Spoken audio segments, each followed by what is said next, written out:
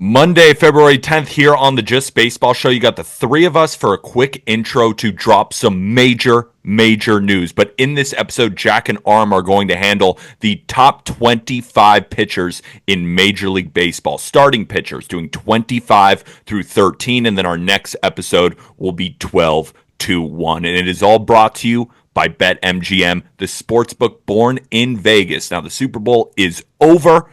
But if you're thinking about sprinkling on some MLB futures, might I recommend using code JUSTBASEBALL because your first bet offer, if it loses your first bet, you'll get it all back in bonus. But remember, terms and conditions apply. Must be 21 years or older. Call 1-800-GAMBLER if you do have a gambling problem. Jack, major breaking news. Tell us. Yeah, I had my fourth golf lesson on Friday, and I'm really starting to find consistency with my wrists, and I think that I might be able to handle outdoor golf in a matter of months. Okay, so Arm laughed at that, but that is slight breaking news. You FaceTime and you were showing me your golf swing, and you told me that you didn't really golf that much, so I was expecting, oh, this is going to suck. I mean, this is going to be bad. It wasn't bad at all. It was nice.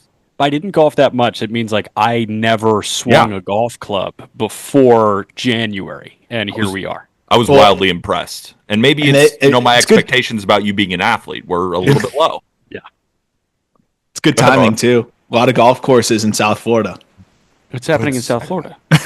Good segue, Arm. Go ahead, Yeah, Jack. That was too good of a segue for you to be like, what? No, but he always does that. If I have a good segue, he punts it by like saying, "Oh, that was a good segue." Like, punting it like Tory Taylor, baby. Purpose.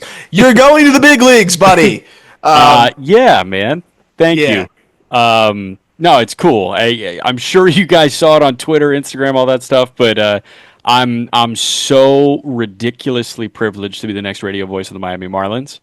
And that was announced on Friday, and it was like the single most overwhelming day I've ever had with my cell phone ever, because I was hearing from people that I haven't talked to since I was a sophomore in high school, that I was hearing from people that I've looked up to in this industry for 15 years.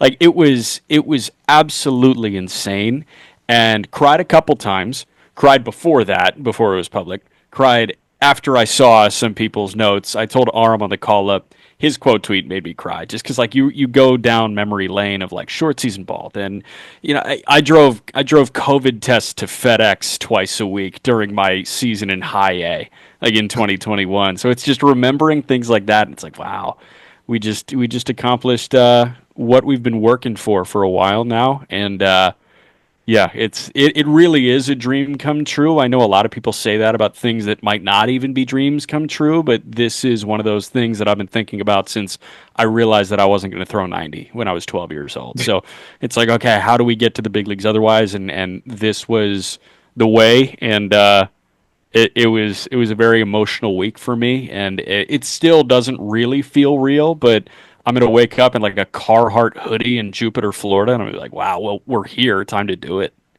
The craziest part too is, these jobs, man, like it's 30, there's 30 jobs, right? Like, and they pop up very infrequently because you have a lot of legends in the game that hold on to them forever. Understandably so. It's the dream. Yeah. So, I mean, it was really interesting because I think one of the things that stands out the most to me with you and just the whole process is like you've been very even keel through it. Like, I know there's been opportunities in the past where you thought, hey, I think I'm a good candidate for that job, and just being younger and it just not totally shaken out, like the way you've just always kept your head up and just kept pushing. But this was the one time where I could see you starting to wear it. Like when you're waiting to find out, you're getting stressed, and I was like getting stressed for you because it was like the closer you get, the more nerve-wracking it gets. Yeah. But then that feeling of just like euphoria and getting it, but beyond that, like everybody else's reaction. And then you mentioned like the bombardment of like responses and texts and replies, whatever.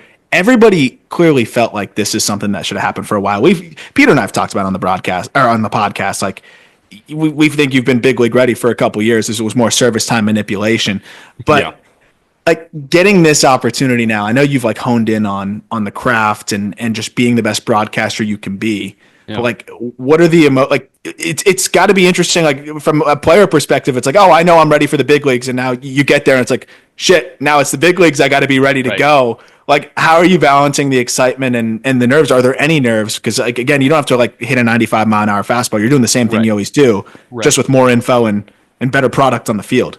It's been amazing to get to know several people within the Marlins organization during this process, and I had a great conversation with their new TV announcer Kyle Seeloff, who's going to do an amazing job. And he told me, like, it's the same game. Like, don't forget that it's the same thing, and that's what we talked about with Griffin Conan. Yeah, that's what I texted him when he got called up. Right, like it's the same exact game. It's just guys are a little bit better at doing it. So it's the same game that we're calling, and that is the thing that I'm going to keep reminding myself, which I'm really excited about. I think every minor leaguer when they make their way through is like, I'm ready, I'm ready, I'm ready, and then if you finally get that call, it's wait, am I ready? Are we Yeah. sure?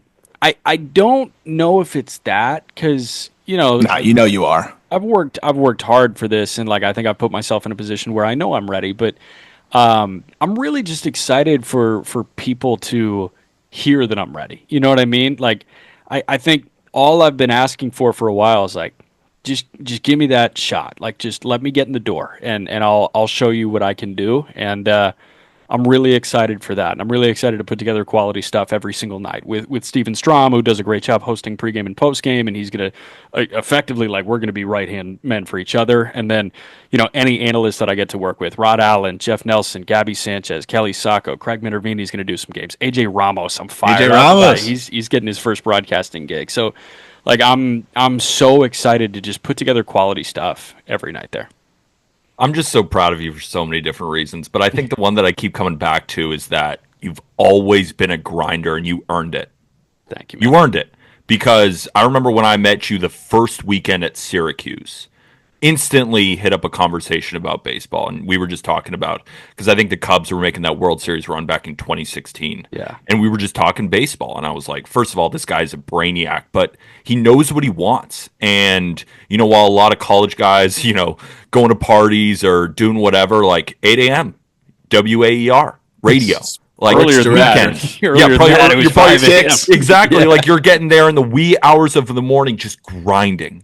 And to Arm's point, like in this industry, there are a lot of people who've been there for a very long time, and then their sons or daughters are there for a very, very long time. Like you just went in there and you grabbed it. And I keep going back to this because you are one of the youngest radio voices in Major League Baseball. Like that's incredible, dude. That's absolutely incredible. And I remember when Aram and I, like, we first, were thinking about this idea of just baseball. Like, who are we going to call? Jack McMullen. Like, the smartest, most driven guy that we knew. And That's why I thought he'd say no. That he'd be like, nah, I'm Jack, good on want to that. talk baseball with us? Like, You need to get a better network if I'm one of the smartest, most driven guys you know. but like we're joking, standards low. we're joking around here. You immediately said yes. Like I don't you know were why. right there. And from episode 1, when we had 3 listeners and it was Project the Plate, and we're trying to get our start on TikTok and we're making absolutely zero money. We're just losing money. Stick with us. And I never had to ask. Stick with us. You believed, Arm believed, I believed. So there's a part of me that's like a little surprised that you're here this early, but like not really. To be perfectly honest with you, like not really. Yeah. You earned it, and it's just a testament to your work ethic. Thank you, man. I think it's always a surprise. Like I think it should always be a surprise because, like Aaron mentioned, there are 30 of these, and Yeah. like people stick around for 40 years. So you go into every single offseason knowing that the odds are stacked against you, like achieving this, and there's a good chance that you never achieve this, and that's okay. Like it can still absolutely be a life very well lived in this industry. But I was perfectly fine if this opportunity never came, just because I knew that I was doing everything in my power to put myself in a position to just be in the conversation. So the fact that I get to work with this organization too, like and live in Miami, I don't know how to be a Florida man. Like I'm excited to figure it out. Aram's gonna need to teach me a little bit, but I'm excited. Shorts in December, sure, let's do it. Yeah, why not? And I know, like, in the other really cool part was, and also I think in the press release, like they mentioned your path, but also mentioned just baseball in there, which is really cool. But I think it also is important to note, like through the grind of the minor leagues and everything, you've helped us build Just Baseball to what it is. And I saw one of the most frequent replies was like, "Oh, does that mean Jack's leaving?" No. Hell No, he's not. Damn. So I don't know if you could fill in on that a little bit. It also shows you like people really enjoy what you bring to the table on the podcast side. Not giving that up, obviously, a lot more responsibility that comes with being in the major league booth, but we're gonna make it all work. For sure. I got a lot of texts. It was like, what does that mean for the podcast? And it means cold turkey. This is the last time you ever hear from me. See you guys later. It means like, if you ask the question like what's changing, the answer is actually not much. I'll scale back a little bit. So, there were weeks where you heard me 4 times a week, maybe 5 times a week if there were schedule issues. That unfortunately won't be happening anymore.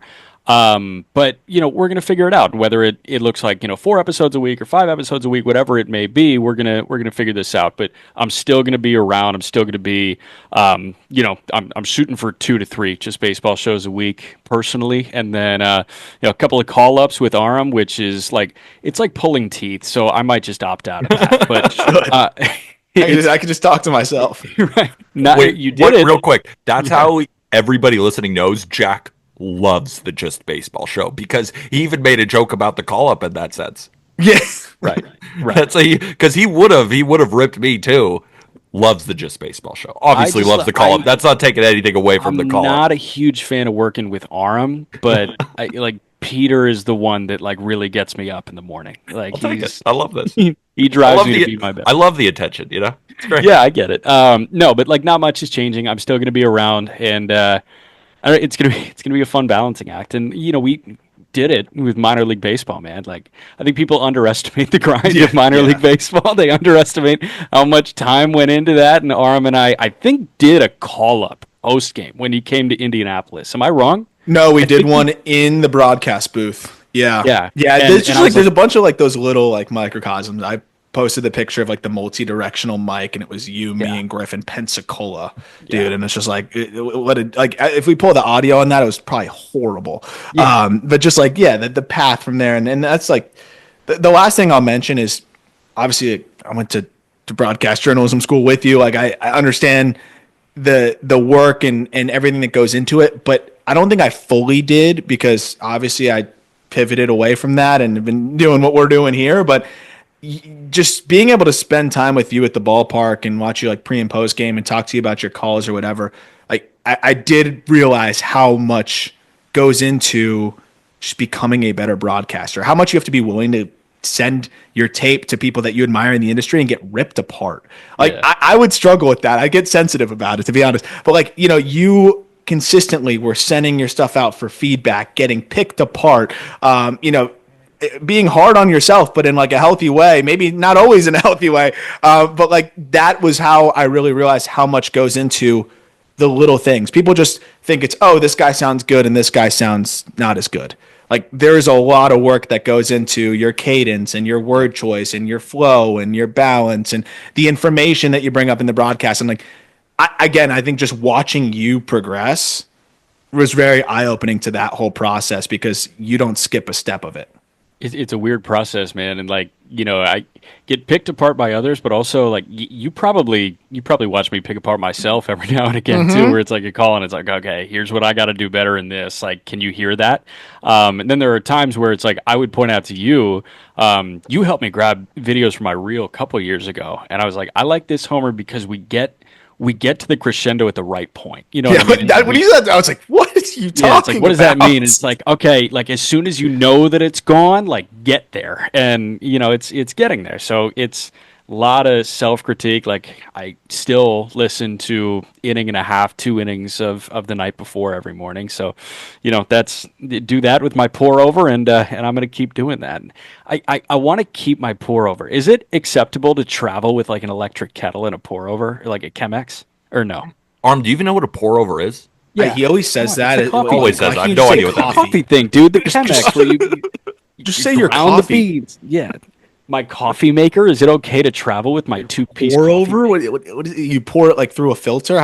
What is that? Yes, dude. Yes, it's an electric kettle, and you pour hot water over the beans, and it goes through the filter, and then you have your cup of coffee, and it's awesome, and it's better than any cold brew. Why can't you just say your coffee? Why do you always have to say your pour over? Because it's a process. Like, oh, my French press, my pour over. These are the ways you do it. I drink coffee, and I've never used the word pour over. I mean, Yeah, how but much that's am I because you drinking just do coffee? like the stock. Like, oh yeah, grab 10 of those at Jewel the other day or the Yeah. grocery store, whichever one you go to. As many milligrams of caffeine that you can give me, just with a little Yeah. sweet and low and a little bit of almond milk, and we're there. You're I mean, getting I'm off that. I firing think off. you're going to energy drinks now, right? You're done with coffee. You're just ripping energy drinks. I tried to. I was on the Celsius grind when we were, especially in Texas. I think I had like two a day, and Jack was like, "You're gonna die." And I was like, "No, this is getting me out of bed in the morning." I'm sort of like Dan Campbell, the coach of the Lions, in that way. Remember when he had the two huge? Oh my You walk through his God. coffee order. Yeah. Hey, Okay, my get last ready to learn Publix, by the way, Jack. true. Pub sub. I've never had a pub sub. I'm They're excited for a good. pub sub. Good. More Flanagans in my life, which I'm really excited about. The price point is unbeatable. When I was Unmatched. when I was staying in Florida with Aram, he was recording a call up, and it was kind of during lunchtime. So he's like, "Go get a pub sub," and I'm like, "What the hell is that?" And he's like, "Publix," and I go to Publix, and I have a pub sub, and I'm like, "Oh shit, this is a good ass sandwich." So Yeah. I'd get after it. My last question for you: coolest people that DM'd you, and that doesn't necessarily have to be the most famous, but just a couple of people that reached out where you thought to yourself, "Oh shit, I'm here." I won't. I don't think I want to share those, but I had some where Okay, I was like, "What is this life I'm living?" that's cool. Like, I will say that. Good. All right. I think it's time to talk top 25 starting pitchers, unless you got any last words. I don't think so. Top 25, let's go. All right, now that the Love Fest is over, yuck. Time to talk starting pitching, and let's do 25 through 13 here. We're talking dogs, and we're talking about was the Westminster Dog Show this weekend, or was it just the Puppy Bowl this weekend? I think it's just the Puppy Bowl. Just the Puppy Bowl. Okay. But the Puppy Bowl is good. I unfortunately didn't watch it this year. And you're listening to this after the Super Bowl. We were talking before the Super Bowl. But let's get into the honorable mentions before we walk through 25 through 13. And this honorable mention crop was like really hard to cut off. I will tell you that. There were some very good pitchers and some guys that could make the All-Star game this year that are not even honorable mentions. But the honorable mentions that we sided with Seth Lugo, Tanner Bybee, Pablo Lopez, Sonny Gray, Joe Ryan, Shota Imanaga, and Luis Castillo. Like, would you be stunned if all six of those guys made an all-star team? No, and that's let me preface with the pitching side of things here. Ranking pitchers is impossible. It's impossible. Absolutely impossible. Because there's just so much variance for obvious reasons, but also there's just so many pitchers that are top 30, top 25 caliber that just may not have a top 25 season at that point. So there's always going to be just like a frustrating omission, and several, honestly. And just like you listing those names just kind of pissed me off. 'Cause I'm like, how are those guys not in the top 25? But then we're going to go into the top 25 here, and it's going to be pretty hard to squeeze some of these pitchers out. Also, like, year to year, it changes so much. Yeah. And a guy could find a new pitch. A guy could be a little banged up, and his stuff's not playing the same. I think pitching and just starting pitcher in general is probably the most impossible position Yeah, to man. to properly rank. But it's what makes it fun. In as like the honorable mentions to the honorable mentions, just like to color in some of this right now.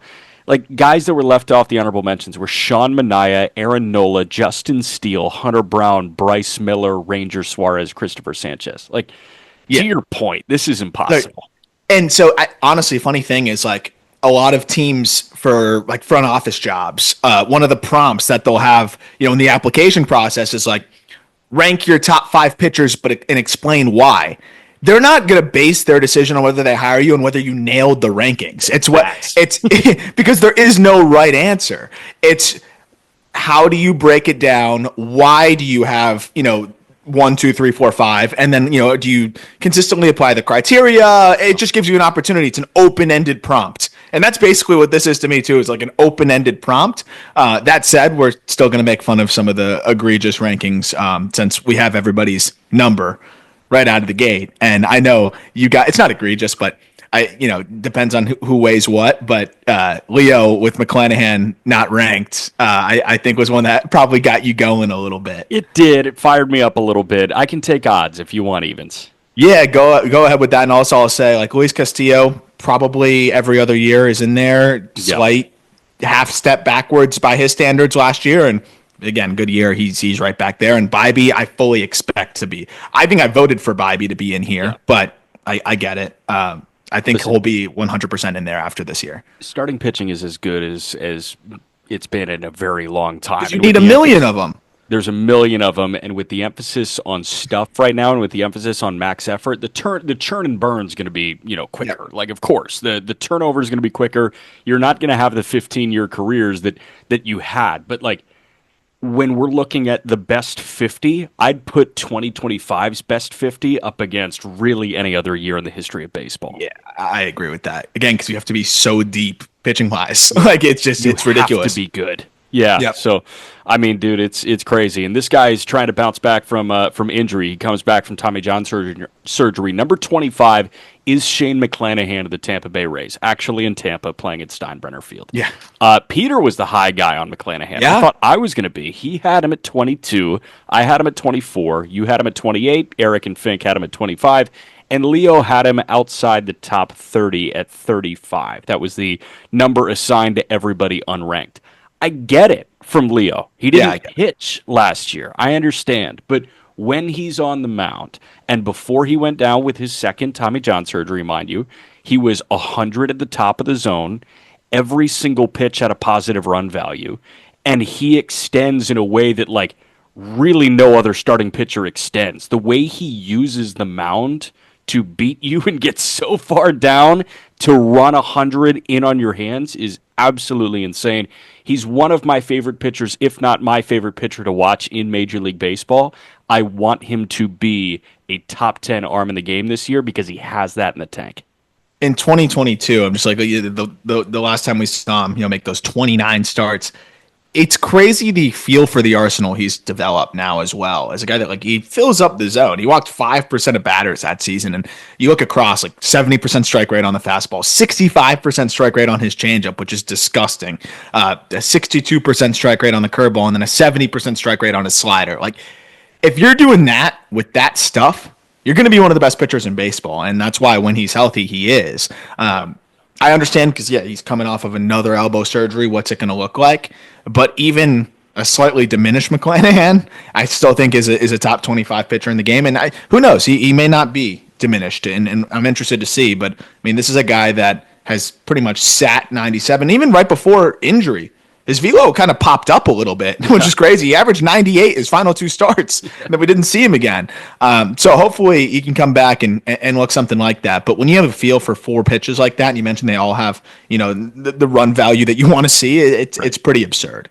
So I'm just thinking about guys that are more aesthetically pleasing to watch command and at bat, and on an at bat by at bat basis. When this guy's in cruise control and he can turn to any of those four really good offerings, I mean, we're talking about a guy that's at a different level than 95% of starting pitchers that we have in Major League Baseball. Other guys that jump out, obviously the top three on this list are guys that jump out where it's when you're in cruise control, you are not touching them. I do think that he is at that level where if he's right, if you catch him on the wrong Wednesday, he's going to kill you, and it is going to make SportsCenter, and it's going to be awesome. Yep, 100%. So, 24? 24 is Hunter Green. Hunter Green of the Cincinnati Reds, who Leo, again, was the only guy who did not rank him. This one, I think, is more egregious from Leo, I'll be honest. I love Leo. He does a great job at justbaseball.com. Leo, this one, I don't know, man. Across the board, Fink had him at 24. Eric had him at 26. Peter, the high guy, again, at 18. I had him at 24, and you had him at 26. This past season for Green, and I imagine maybe the injury concern maybe baked into that a little bit. He was still available relative to what we've seen in previous years from Hunter Green, but at the same time it was still just 150 in a thirds innings. So nowadays that's not that far off from a solid workload ultimately. So that's the other thing that's kind of hard for me is recalibrating what is a fair amount of innings, what's a standard workload. But when you look at the numbers across the board, I mean, a 2.75 ERA in those 150 in the thirds innings, a 1.02 whip, 3.47 FIP, more than 10 strikeouts per nine, and only 3.5 walks per nine. So I think when you look at what Hunter Green did this past year, it feels like he started to really put it together and becoming that more complete pitcher. And, it was a lot of fastball slider early on in his career. And I think that fastball slider with the fastball sometimes flattening out resulted in him dealing with a little bit of a home run problem. And even just being able to mix in that splitter a little bit last year, even though it wasn't a super consistent pitch for him, I think just being able to mix that in was enough to keep hitters honest to a degree. But I think also the fastball location and the fastball shape was a big difference for him as well, where he actually averaged a tick less on the heater this past year, but the numbers were way better. Opponents hit 184 against his fastball versus a 262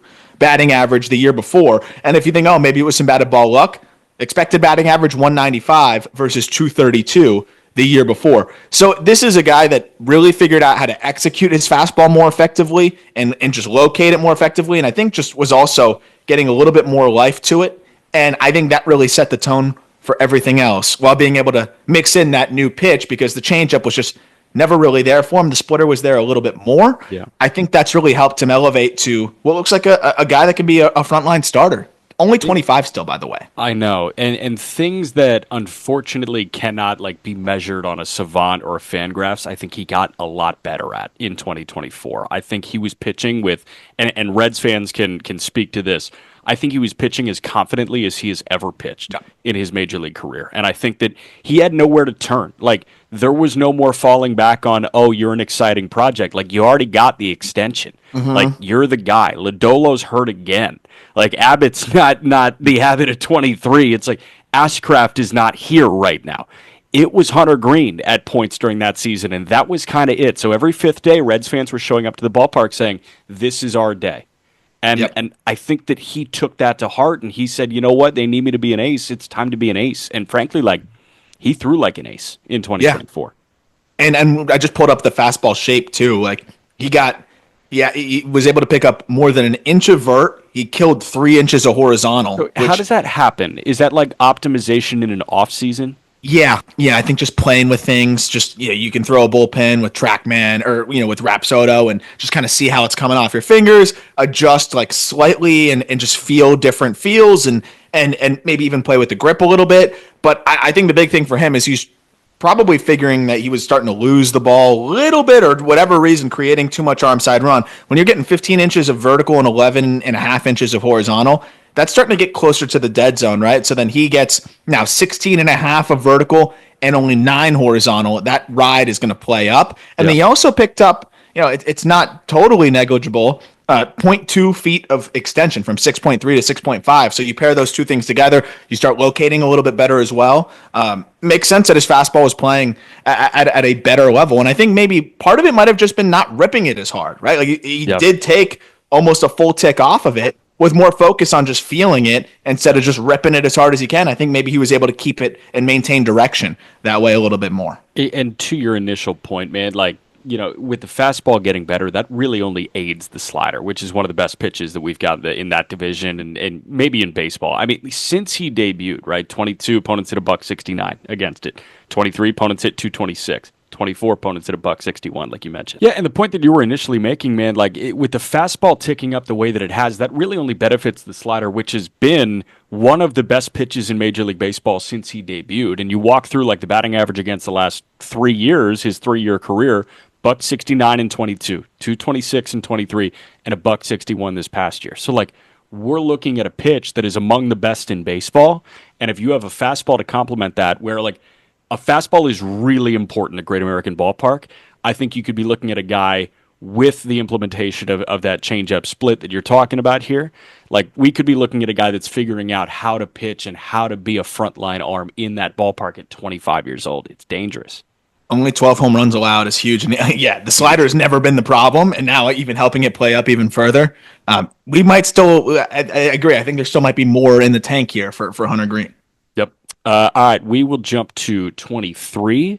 And 23 on our list, as I scroll just a little bit, is Tyler Glasnow, the LA Dodgers. It's an interesting one. How do you rank Tyler Glasnow? I had him at 19, and I was the high guy. I was never expecting to be the high guy on Tyler Glasnow because I worry about the availability, and it's clearly an issue. But when he's on the mound, it's undeniable. Leo had him at 21, Fink had him at 22, Eric had him at 23, Peter had him at 29, and you had him unranked. Explain yourself. I like in terms of ability, he's a top 10 pitcher in the game. Yes. I'm just over the Tyler Glasnow experience. And I know it's not his fault. I'm not trying to like knock him. It's like he, by all accounts, seems like an awesome dude, and man, he's one of the most fun and enjoyable pitchers to watch. But if you're asking me going into 2025, if I would take him, or essentially over 30 other arms, I don't think I would. Not because I don't think when he's on the mound that he will be as good as anybody. It's just because I don't think I'm going to get the same value back. Like I would feel better from a WAR perspective. I'd feel better with Tanner Bybee next year than I would Tyler Glasnow. I'd feel better with a handful of guys that aren't even on this list. And beyond that, like I know he does a great job of, I mean, if you look at all the expected stats and everything, like they're fantastic because he strikes everybody out and nobody really hits the ball that hard off of him. But it's not like when he's on the mound, it's a 2.8 the last 2 years. It's a 3.5, you know, and that's the other thing too. So I understand, like, you could say, oh, what, you know, a lot of the underlying numbers point towards it being better. His xERA was 2.65, but the year before that it was 3.55, and the regular ERA was 3.52. So like, again, I think he's really, really, really good, but it's not like he is. If he was pitching to like a 1.8, you know, when he's not on the, or when he's on the mound, maybe I could get behind it a little bit more, even a mid twos. But you know, he's a 3.5 the last 2 years, and then he's not very available, and he's finished the year hurt again. So going into 2025 now, do I feel any more confident? Like, it was the first year where he took a step towards throwing more innings. We saw that, and then he ended up getting hurt anyways at the end of the season. I have no confidence that going into next year, he's going to throw more than 120 innings. And to take it a step further, if I asked you, who do you think is going to throw more innings next year? Tyler Glasnow or Jacob deGrom? What would your answer be? Probably DeGrom, because you hope that the elbow is entirely fixed now that he had that. And Glasnow just, like we talked about it, man, it's finicky, dude. Like, there's something going on all the time. And obviously he's coming off of the major elbow surgery, but he threw 120 innings in 23 off of the major elbow surgery. So we're 2 years removed from Tommy John, yet we've gotten innings outputs of 120 and 134. So I'm with you, man. Like, the finicky nature of Tyler Glasnow, I'd probably lean DeGrom throwing more innings, as crazy as that sounds. 134, by the way, career high, and then got hurt again too. But in terms of the stuff, I mean, it's insanity. Like that fastball with those two breaking balls off of it. I don't know how his ERA is not consistently in the twos, to be honest, because it really is outrageous how ridiculous that tunnel is that he creates, and you know the fact that he can also mix in like a heavier fastball too when he needs ground balls. I mean, in terms of talent, he's up there with just about anybody. Yeah, I'm totally with you, man. And where would you? I mean, so you put him at 19. So you were the high guy. Just because the stuff is like, it's next level, and I know that I'm getting like 12 Ks per nine when he's on the mound. For me, like, he and Crochet are the two guys that I watch, and I'm like, I don't really understand how anybody touches what you're throwing. So like, it's that mystifying trait of Glasnow that I guess pushed him into the top 20 for me. But I felt like the preliminary list I put together, I had him like 12, and I'm like, well, he's not going to throw enough innings, so I'm just going to dock him down to 19. Maybe I didn't dock him enough. I think I might have been too harsh, to be honest, because I'm looking at it now, and I'm like, just in terms of pure talent, like, this is a guy that walked less than 7% of batters and opponents hit 190 against him. Like, if he's giving you 120 innings of that still might be top 25. I think Ryan and Eric have it right. Like, the 22-23 range is probably the right place for him. But yeah, if it's 130 innings of a 3.5, that's not top 25 pitchers. So that's the tough part. Yeah. But another guy coming off of TJ, but should be good to go for the entirety of the season, is Sandy Alcantara. And Sandy Alcantara, we didn't see him throw last year, but I do think it's a little bit of a different story with him because he's been incredibly available, very durable, and this is his first Tommy John surgery. And even then, before he got it, I watched his last outing in AAA where he was trying to feel it out, and he decided, no, like something doesn't feel right. He was still throwing 98. Yeah. Like most guys, it's like something's kind of starting to go off, and I think it was affecting his execution and feel to spin it and grip, and I think that's why we saw the numbers not quite as good. But even Sandy Alcantara dealing with a torn UCL was still sitting in the upper 90s, and you saw the loud stuff. But that's the only thing that we've really seen come up for him. And so that's why I feel like having extra runway. He's been throwing 100 already in bullpens since the end of last season. He's going to have a really clear runway. He's going to be, I think, kind of more built up than a lot of other players, and I think had a little bit of extra time here and was already kind of ahead of schedule in general. When this guy's healthy, he's one of the best pitchers in Major League Baseball. He's a Cy Young winner. Unanimous Cy Young winner. Yeah. The thing with Sandy is even if he doesn't replicate that Cy Young season, because he doesn't get the swings and misses that some of the other Cy Young winners get, his floor is so high because he gets so many ground balls, right? And he gets so much weak contact. And he's also just a breath of fresh air compared to, we're talking about what's the norm innings-wise. Well, he pushes more the old school, right? 197 innings in 2019, 205 innings in 2021, 228 and 2/3 innings in 2022, and then before going down, 184 and 2/3 innings in 2023. He's always available. So even if it's a 3-2, like it was the year before he won the Cy Young, a 3-2 at 200 plus innings is so valuable in today's game. But you also know that he has a 2-3 in 200 innings in him as well. So I can't wait to see what he looks like as he comes back. He's got a 2-3 in 230 innings in him. Yeah. Like that's the thing that we remember. And I saw, some of the clips from Media Day, him talking about how he's ready to go deep into games again. It's been a normal offseason for him. He said it's been a normal offseason. The ramp up is right. And I'm just thinking, this guy missed the entirety of 24. And he could match up with Skeens on opening day and go 8 innings. How cool would that be if that guy in his first regular season start since 23 goes 7 or 8 innings? Nobody does that anymore. And he can do that because he's not like most guys. Yep. I was thinking about it. Your first big league call might be the fastest game in MLB history. It's such a pinch me game. You have no idea. I'm like, oh yeah, no, let's strap in Sandy and Paul Skeens. It might legitimately be an hour 30. So that'll be the cool part. Your first game legitimately might be the fastest of all time, but I'm very excited for it. I'm really excited for it. And I'm with you. It feels different than McClanahan. It feels different than DeGrom. McClanahan, it was his second. DeGrom, it was his second. It feels different than a lot of other TJ guys because you know that he takes exceptional care of his body. And if anybody was going to do the rehab right and quick, it was going to be this guy. And I'm excited to see him explode this year.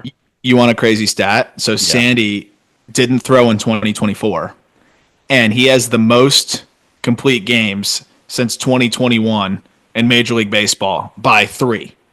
He has 10 complete games. The next most is Framber with 7. Dude, but he had 6 in 2022. Yeah. How insane is that? He didn't throw this past season, and he still has the most. And if you keep going further back, since 2019, he has 12 complete games. The next most is Framber. If you can guess, it's a five-way tie for third.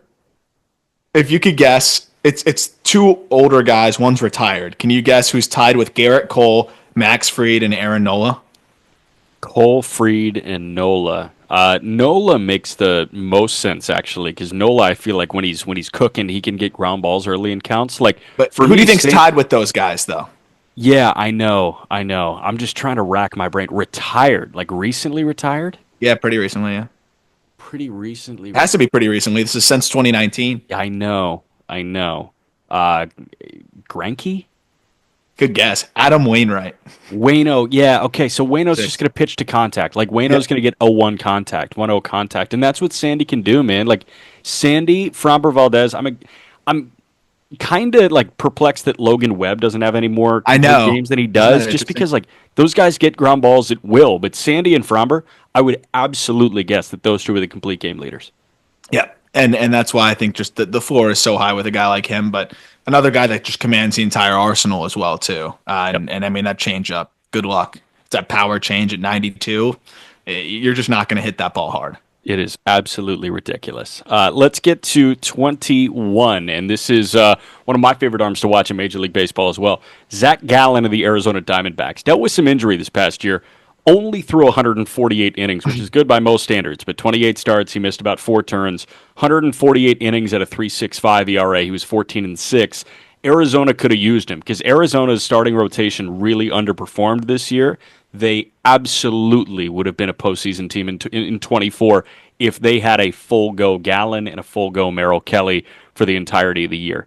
I was the co-high guy with you and Eric at 20. Fink had him at 21. Leo had him at 23. Peter had him at 26.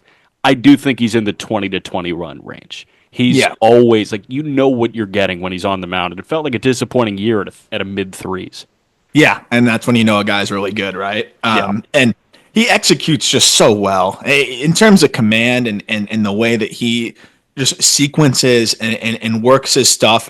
I understand why he's one of your favorite guys to watch. It is really fun to watch him sequence and just pick apart hitters. But when he's healthy and feeling 100%, that fastball can play a little bit more. But when the velo's down a little bit, we'll see that fastball get hit a bit because it's not the most lively pitch from a shape perspective. But he's just somebody that can work around that so well with the curveball and the changeup and even the slider that he'll mix in. He's just a pitcher. And that's the cool thing is you love especially when we're talking about prospects and stuff too. I think that's what makes a guy like Tanner Bybee so good as well right out of the gate is the guys that were in the low 90s before and had to execute and spot everything, and then they enjoy the velo uptick. It's like, oh, well, they already did the hardest part, and now you're giving me plus stuff. I'm going to take care of business, and that's what Gallen, I feel like, does. He saw that uptick, after the trade to the Marlins, and all of a sudden, I remember people being like, whoa, he got stung by a bee, and people were crediting that. All of a sudden, he starts throwing 95, and like, well, a guy that was making 90 work enough to be a back end of the rotation arm is now throwing 95. He might be a frontline guy, and that's why he's been a frontline guy. Yeah, he is a frontline guy, and I'm just thinking about okay, what draws me to pitchers? What draws me to Zach Gallen? And I think it's the ability to do absolutely everything. Turn your hand both ways, figure out the feel for a pitch within a start. Hey, if it's not working in the second, it's going to work in the fourth inning. He's enjoyed over 6 innings. It is really fun to sit down and watch an afternoon or an evening of baseball with Zach Gallen on the mound. And I'm thinking about the group of guys in there. McClanahan's my favorite just because I don't understand how the stuff is that good. How a fastball explodes out of your hand like that with that much extension. But Zach Gallen, Walker Buehler when he's healthy, right? That guy can figure out a pitch over the course of a start. Shane Bieber when he's right. Bieber is that kind of guy as well that can just figure something out. Sandy. I think Yuri Perez is going to be that guy very, very soon. Oh, yeah. He's going to figure something out in the second inning, and then it's cruise control through the seventh. Those are the kind of guys that I gravitate towards. 100%. And I mean, I think it's in a world, in a game that's totally driven by stuff. And all these guys that you mentioned have insane stuff. Right. It's fun to see the guys that can kind of blend the two and really pitch, too. Yeah, no doubt, man. 20? Number 20. Shohei Ohtani, another guy that we didn't see pitch. And this is a crazy thing. For hitters, you're kind of screwed. A lot of really good arms didn't throw last year. Ohtani was a tough one to rank for me, and I guess I was the low guy there. I ranked him 25th. You were the high guy at 14. Ohtani really in 23, and it was just a crazy season across the board because we saw him excel at both. But I think 23 was the biggest leap he had taken pitching-wise, I think, in his career at that point, where you could just see the arsenal really come together. And it just seemed like he had as much confidence on the mound as really he's ever had. And it's really fun watching him do both. I can't lie. Obviously, watching him hit, and 22 was the breakout year. I'm sorry, I'm blending that together. But 22, he pitched to a 2.33 in 166 innings. That was the year where it really 12 per 9. He K'd 219 guys in 166 innings. Good catch, because I think what kind of affected him a little bit more in 23 was the command wasn't quite as razor sharp. But the slider command in 22, 72% strike rate on that pitch. And then he's mixing in a four-seamer, a splitter, a cutter, a curve, and then a two-seamer as well.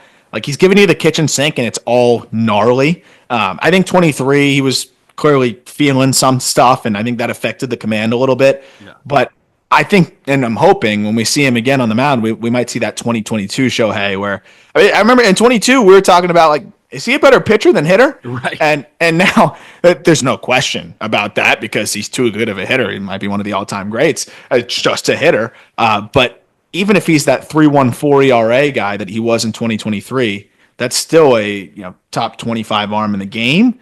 But we just don't know what it's going to look like. And it is a little weird how they've talked about his return and kind of non-committal. I don't know what to expect when he comes back. I'm not sure. I probably gave him too large of a bump just because it's the Otani bump, and that's a real thing. Like, of course, it's a real thing. He's amazing, and I feel like we quickly forget how amazing he is on the mound because the entire narrative of the last 2 years has really been how amazing he is at the plate. But this guy is 101 with one of the best sweepers in baseball. Yeah. And we can't forget that. And I think it's just going to be a matter of output because he's going to figure out a way to get outs if he's on the mound. I think the Dodgers, like, this is also kind of me predicting how they're going to use him. I think they're going to use him in a way similar to how they used Julio Urias a couple years ago, where he's not throwing past the seventh inning. Or It's kind of 5 and dive here and there for the most part. Which and I think if he's a 5 and dive guy, I think he could be more effective than Glasnow in a 5 and dive role. We talk about how they can use Blake Snell in a great way, they can use Glasnow in a great way. Guess what? Like, your DH is probably better than both of those guys, I think, and you can use him in that same way. Yeah. Yeah, and then you can build him up later in the season, and then you can start pushing him a little bit more if you want to. The splitter, too, like, I wonder, that's a pitch when he's around the zone, it can be dominant, but it just wasn't consistent enough for him to really use it more than, he threw it 12% of the time in 2022, he threw it 6% of the time in 2023, but opponents over those 2 seasons combined for like a 140 batting average. So like if that's a pitch that he's more consistently commanding, the 4-seamer was playing as well as ever in 2023. And again, there's no question about the sweeper. That is one of the best sweepers in Major League Baseball, especially at that velocity. And what was interesting is we still saw him effective at a slightly diminished velocity in 23. So if he's at that 2023 velocity instead, it still seems like everything's going to work quite fine. And it might not be 2-3, it might be high 2s, low 3s. For him might be a little inconsistent coming off of the injury, but once that settles back in, stuff wise, he's got the stuff to be a top 10 pitcher in baseball easy. I think so. So does this guy, I think, and we can have like a pretty good conversation on him. Michael King of the San Diego Padres is number 19. And we were pretty consistent across the board, actually, with Michael King. He ranged from 18 to 22 in our rankings. I was the high guy again at 18. You had him at 19. You were second. Peter and Fink had him at 20. Leo and Eric had him at 22. The numbers were 30 starts for Michael King in a transition from the bullpen, 173 and 2/3 innings in a transition from the bullpen, a 2.95 ERA, a FIP at 3.33. He K'd 10.5 per 9. He walked just under 3.5 per 9. He breaks my brain. The way that it works from that slot at that velocity, no one at that slot should be throwing that hard. And he plays the horizontal game as well as anybody in Major League Baseball, I think, where he's got the diving sinker and then he's got this slider. And like, I would be off balance. I'd be scared for my life if I were in the batter's box. And he's been flawless since moving into the rotation. He creates, it's a game of angles for him. Like, the crossfire delivery, it works so well. If you can maintain vert from a crossfire delivery, it's a mind fuck for hitters. Mm-hmm. You're watching a guy like close off to the point where he's stepping towards, if he's a righty, stepping towards third base, and then flipping all the way back over to be able to still maintain vert from there is crazy. Of course, he's got the sinker, but he's also got the 4-seamer that plays quite well also. And I think, threw the 2-seamer sinker about 28% of the time, the 4-seamer about 24% of the time. And the separation in shape is pretty outrageous. It's almost like flip-flopping horizontal and vertical. 4-seamer is 15 inches of vertical and 6 inches of horizontal. And then the 2-seamer is 5.5 inches of vertical and 16.5 inches of horizontal. So you literally have these opposite working pitches that can give you swings and misses at the top, and then working both east and west at the bottom, third of the zone with the 2-seamer. And then he's got the assortment of pitches that he'll still be able to get you with as well, with the changeup, the sweeper, and then a slider as well that are different shapes. Yeah. When he's on, man, like there's just not much you can do because he's going to get the whiffs he needs to get, but he's also going to get a lot of ground balls when he needs to as well. It's not going to be one of the highest ground ball rates in Major League Baseball, but when he wants to, there's starts where he will get a ton of ground balls. The reasons why it's not, I think he's about average in terms of ground ball rate, is because he can go to that four-seamer and get swings and misses. So it's really cool seeing how he was able to juggle the two, and nobody can barrel the guy. The average exit velocity against him was 85.7 miles per hour, which is, I think, one of the best figures in Major League Baseball. I mean, he's 6'3", 210, but he throws like he's 6'5", 230. And I'm just looking at the innings increase, man. Like 51 innings in 22, 104 innings in 23. He started 9 games for the Yankees, but he also got 6 saves. And then 173. And he looked like the same guy. And by the way, ERA over the last 3 years, 2.29, 2.75, 2.95.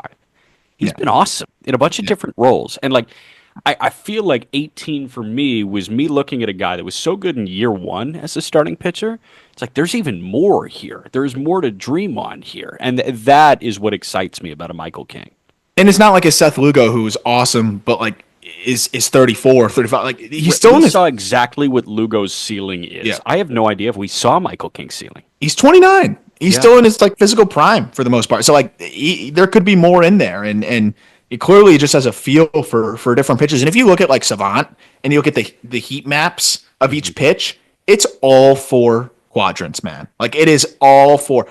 And from a crossfire delivery like that, that's a nightmare for a hitter. And that's why when he's on no hitter watch sometimes, because he'll just carve through you quick. King and Cease. If I were San Diego, I'd be holding on to them. If they have dreams of contention in the National League West, I would be holding on to both of them because that is your shot. You are going to ride Cease, King, and Darvish to a postseason berth, along with the top-end bats in that lineup. Aram's going to take us to 18 in a moment. Before that, quick break. Number 18 is George Kirby, the Seattle Mariners, who ate a ton of innings last year. Another guy that can quickly get you out, and all of a sudden it's the 5th, 6th inning, and the game's flying by, especially if you're playing in Seattle. Right. 33 starts, 191 innings, a 3.53 ERA, a 1.07 whip, a 3.26 FIP. Struck out only 8.5 per 9, but walked only 1.1 per 9. And that's the name of the game for George Kirby. I was the high guy by a lot on him. I had him at 12. Fink was the low guy at 23. You were the second low guy at 22. Kirby's not going to put up the same numbers as maybe some of the other arms in this realm here, like in this phase that we're talking about. They're going to probably put up some better swing and miss numbers and maybe slightly lower ERA. But I think there has to be, and I added value here to Kirby for just knowing what you're getting. And he's not a finished product either, right? He's a guy that could also find a little bit more of a swing and miss pitch as he tinkers with a split, or maybe plays around with the slider further, or the curveball, whatever it may be. But I think you can, as confidently as anybody in Major League Baseball, pencil in George Kirby for 180 to 190 innings at a mid-3s ERA and feel very comfortable about it. And that's the big thing for me. But I also think that there's going to be some sort of development here where he can find a pitch that's going to help him get more swings and misses, because this guy just has a natural feel to pitch. He's fucking around and throwing knuckleballs out there for fun. Right. And that's just an interesting wrinkle in it. But the knuckle curve was something that he's mixed in a little bit more. The splitter, the cutter, even at times. Like, I still think he's figuring out what can be that swing and miss pitch for him. But I put a lot of value into knowing what I'm getting, and that's kind of how I went into it going into next year and going into these rankings was, if I'm building a team from scratch, which arms do I want going into next year? And because of Kirby's floor being so high, with still enough excitement on the ceiling, I had to roll with him, in the top 15. But it seems like I was an outlier there. You were an outlier. Fink and I were also outliers on the other end of the spectrum, and never in a million years did I think that I would be one of the low guys on George Kirby. And it's like such a deviation from my traditional sense of thinking about pitching. But I think the reason, like you kind of hinted at, he didn't have a single offering this past year with a whiff rate at 30%. Yeah.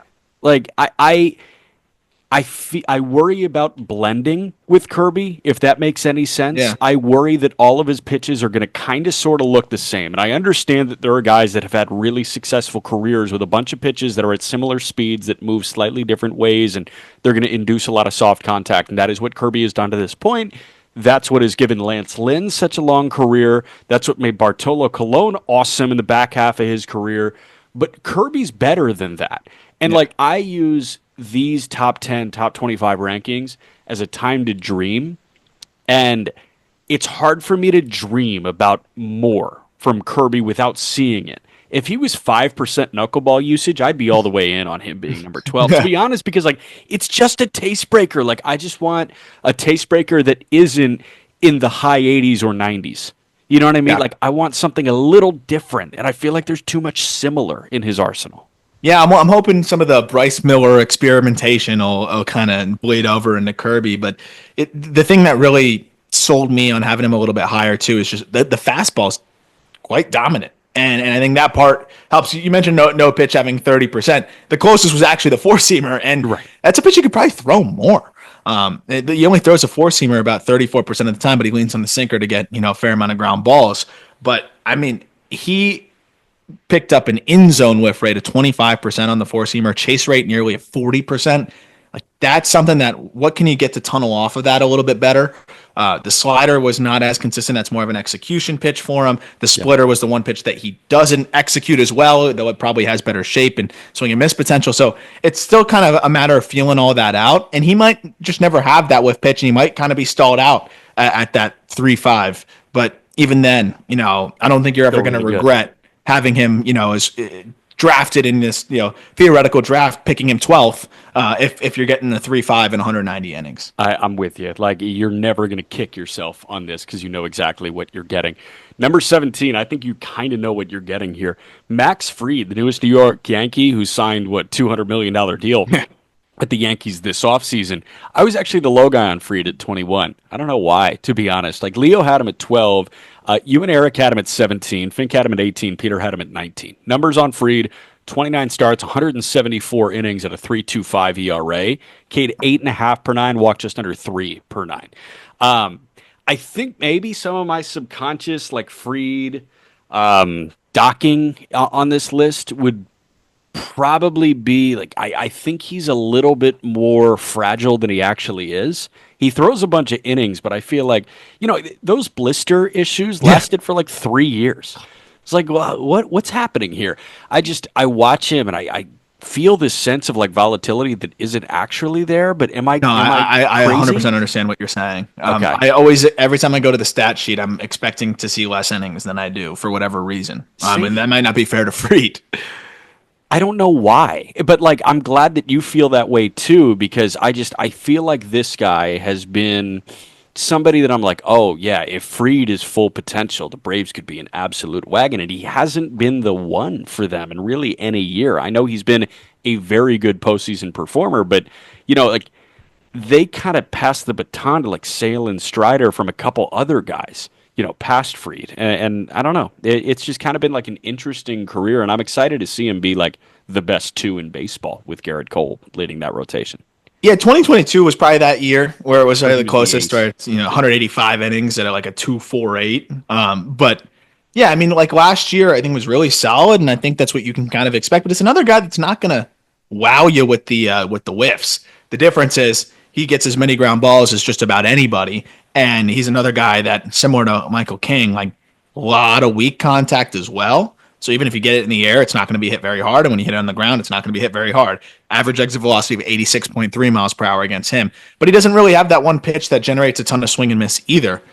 Doesn't necessarily need it when you're getting that much contact on the ground. I think that's why he's a good fit for Yankee Stadium in general, and I think that's why the Yankees were confident, giving him the big deal. Average launch angle against him is 3 degrees. So that's why I do think he is going to age well.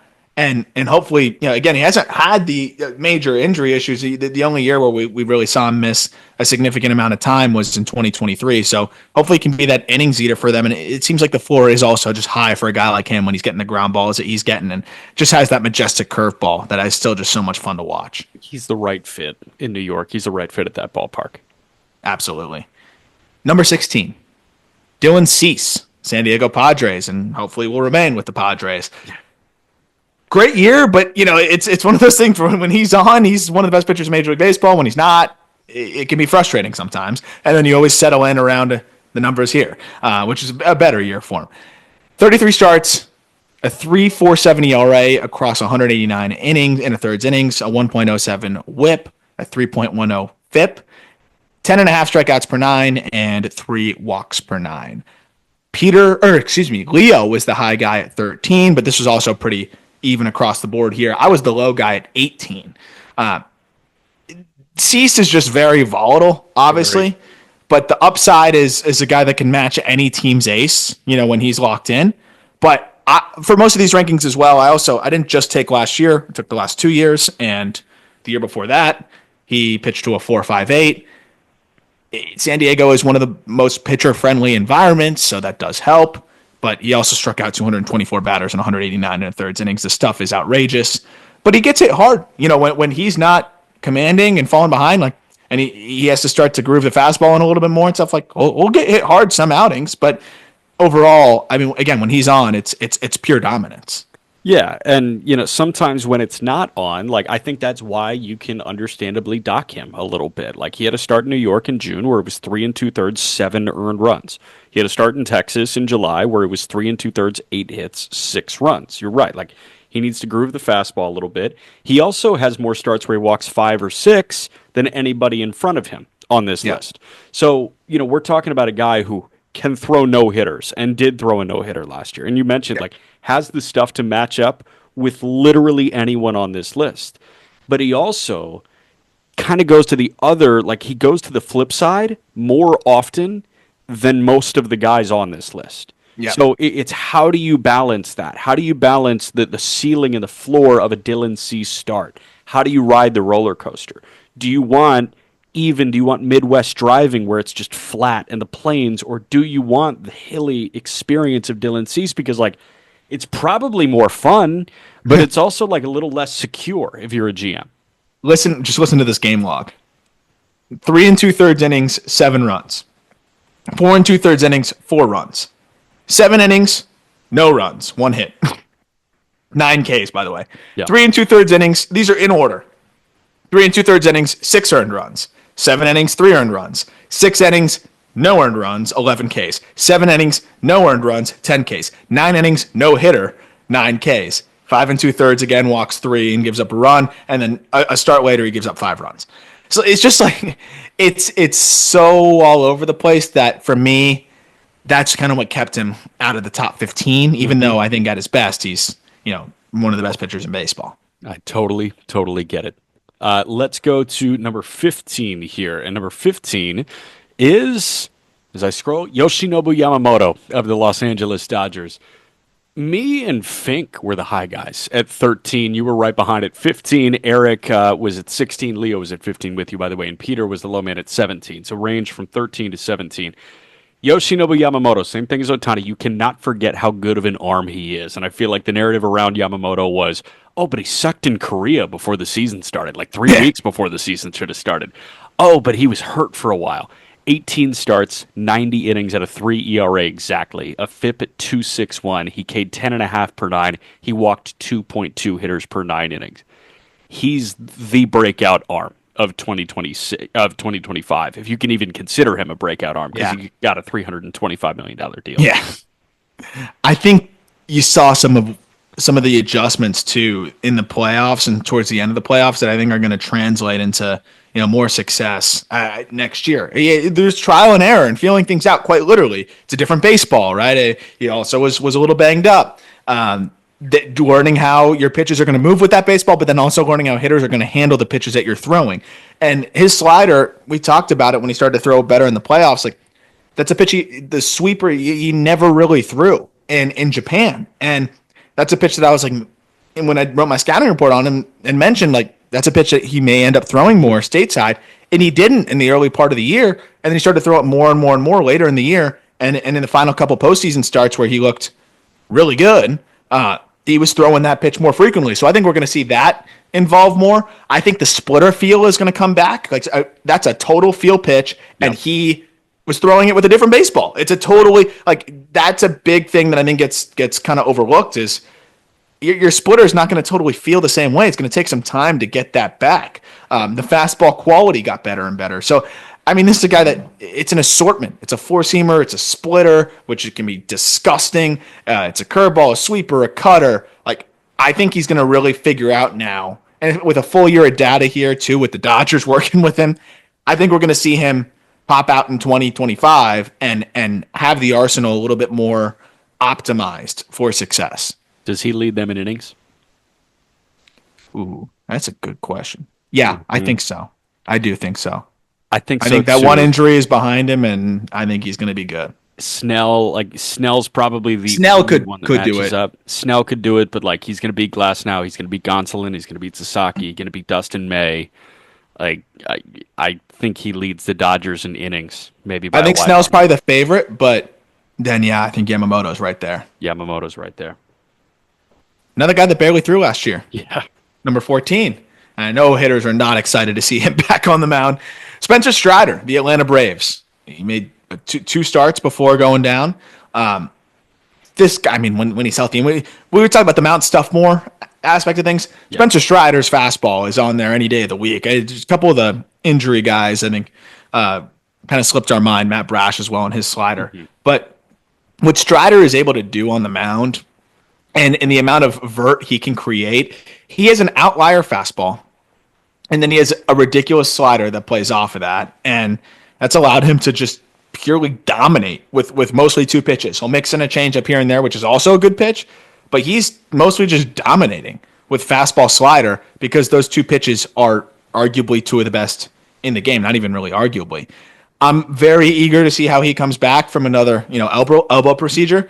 And I mean, if he was not coming back from that, if it was just him continuing to be healthy and available, but he was like the favorite to lead the league in strikeouts by such a ridiculous margin going into the year. It probably wasn't worth it for people. It legit wasn't worth it to bet. So I that just shows you how ridiculous swing and miss wise he is. It's just going to be a matter of what does this stuff look like when he comes back, and hopefully it looks like it did before. Because I mean, the vert that he creates with plus extension, and then the slider off of that, and the fact that he just started to mix in that changeup a little bit more, that's a pitch that is really solid off of the fastball. He could start upping that usage even more, and it could be scary. Pitch grades are tough with big leaguers because it's the best, right? Prospects like you can, and you think 70 is like, oh, you're one of the best pitches in the minor leagues. 60 is like, this can be a big league offering that gets guys out.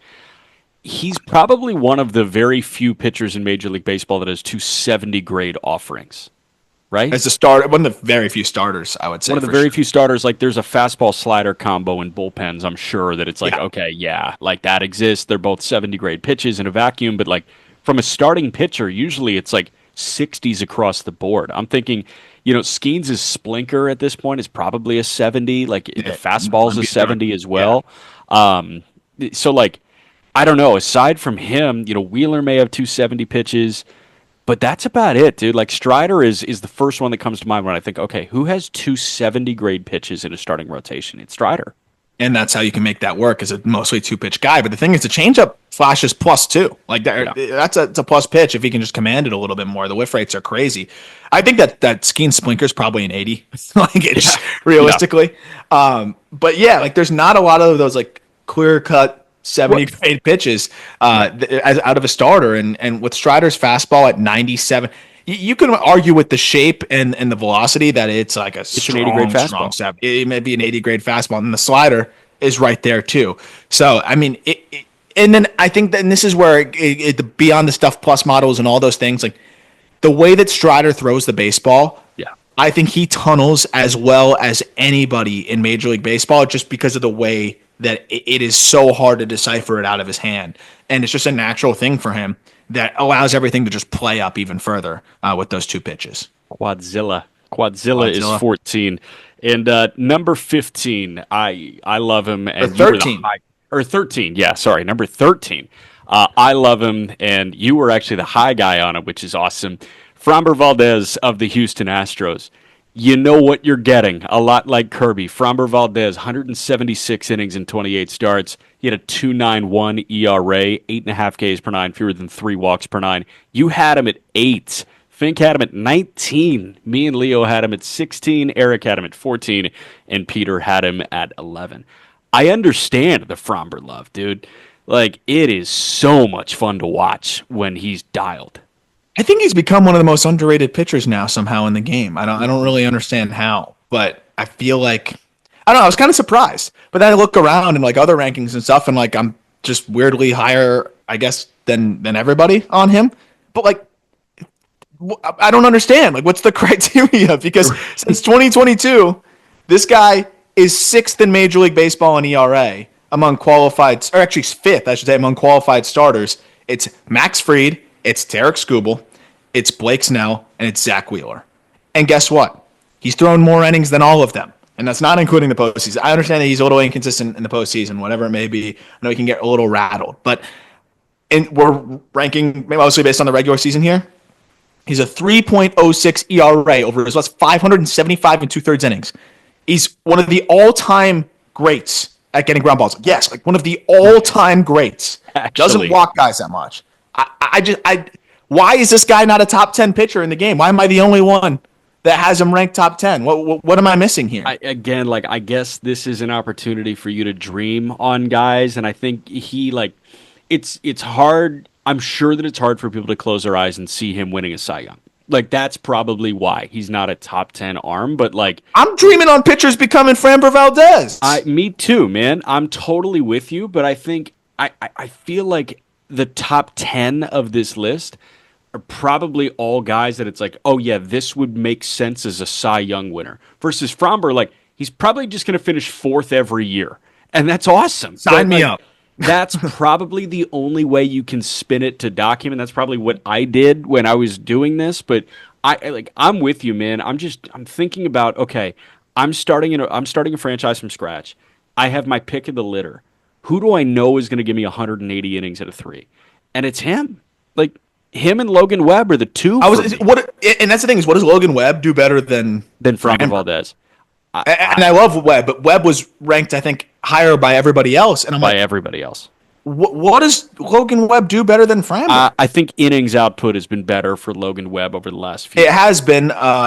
Since 2019, it's 575. Or sorry, since over the last few seasons, been. Let me get the exact years. Of course, my Fangraphs freezes. Yeah, you're good. Oh, and it closed out. I got you. I'm on Baseball Reference here. So Framber last 4 years: 134, 201, 198, 176. Webb, 148, 192, 216, 204. So he's throwing like objectively more. Yeah. But it's still a lot of innings from Framber. It's a lot of innings. So last 4 years, I'm pulling this right now. Last 4 years, 710 innings for Framber at a 308. So 710 at a 308. Last 4 for Webb, 761 at a 318. Yeah, that's pretty crazy. That's a lot of innings. And also that's not fair because Webb came up in 2019 and only threw 39 innings. So if you just look at the last 2 years, to be honest, it's 420 and two-thirds innings from Logan Webb. Yeah. So the answer would just be eating innings for sure. He's just on a different level than everybody else. Right. So that's probably it, man. But that's what we got. Again, we did 25 through 13, 12-1 on Wednesday. Hope you guys enjoyed the Super Bowl. Every link you need is in the episode description, and we will talk to you on Wednesday.